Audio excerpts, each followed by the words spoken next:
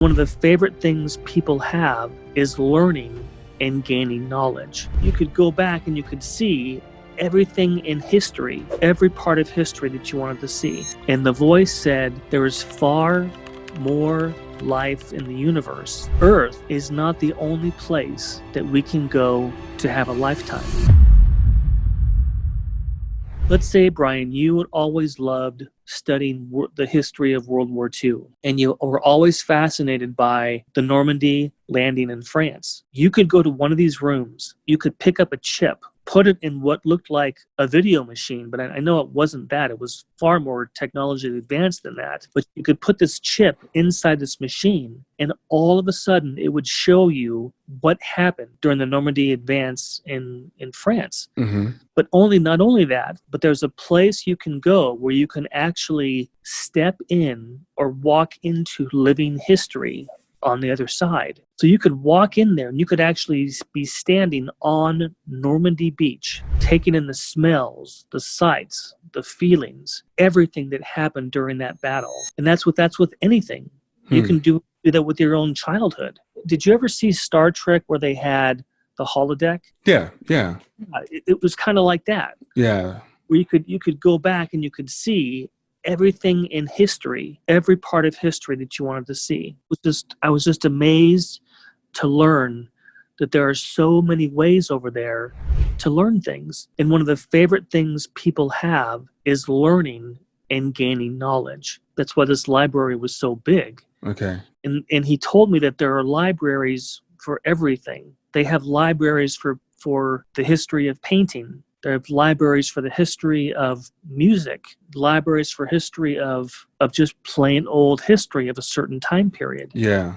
Everything that was recorded in the past is there. So that was absolutely phenomenal. The library was just, I didn't want to leave because I wanted to sit there and watch and see what else you could see, but you can see everything. So can you also revisit, you said, I think you mentioned this, can you revisit your own life? You know, like if you go back and see your own childhood or your children's when they were young. Yeah. Yep.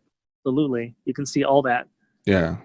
And it's all as real as real. It's just absolutely phenomenal. The next thing he took me to was another large building. This one looked like a stadium, and it was a stadium that was covered. The roof was covered. It wasn't open. It was covered. I don't know what it was, but I walked in, and there were thousands and thousands of seats in this planetarium. And you know what a planetarium is, right? Mm-hmm. Yeah. Yeah, okay, good. Project the universe or whatever on the ceiling so you can look up and see the stars and the planets. Yes, Yeah. exactly.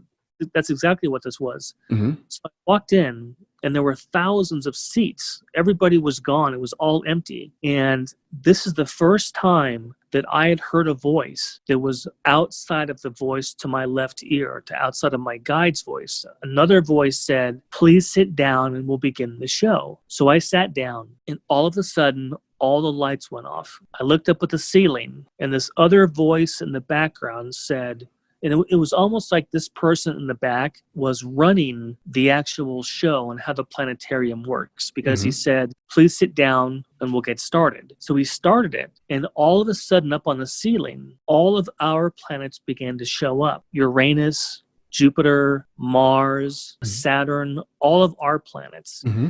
The voice said, when you look at the stars, meaning me and everybody on Earth, all of humanity, this is what you see. And it just showed our galaxy. Then that disappeared. Then the voice said, when we look at the stars, meaning everybody who's on the other side, this is what we see. And all of a sudden, Brian, all of these different planets began to show up. At first, there were hundreds. Then there were thousands. Then hundreds of thousands of different planets showed up. Some were brown, some were blue, some were green, some were orange, some were red. And the voice said, there is far more life in the universe than you can possibly know about.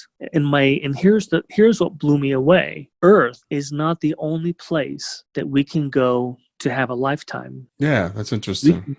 Isn't it though? Yeah. It's absolutely fascinating that we can go to other planets. People come to this planet because it's the hardest one of all. This planet is negative. You have people die here. You have people get sick. You have accidents happen. You have wars. You have starvation. You have corruption. You have all of these negative things that happen on this planet. Well, apparently, all these other planets don't have that.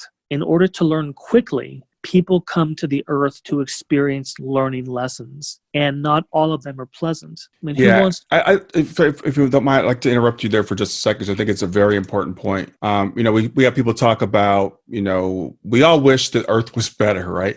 We all wish we Yeah, could have heaven on Earth. We all wish we could not have these bad things happen to us. But what I hear you saying is we actually come here intentionally to experience these things that we call negative while we're here. yep, exactly. And the reason is because we can learn so much faster. There are people on the other side who don't want to come here. They'd rather just learn going to some other planet or going to some other world and having a life experience that way. But if you want to learn quickly and you want to advance your soul, you come to a place like this.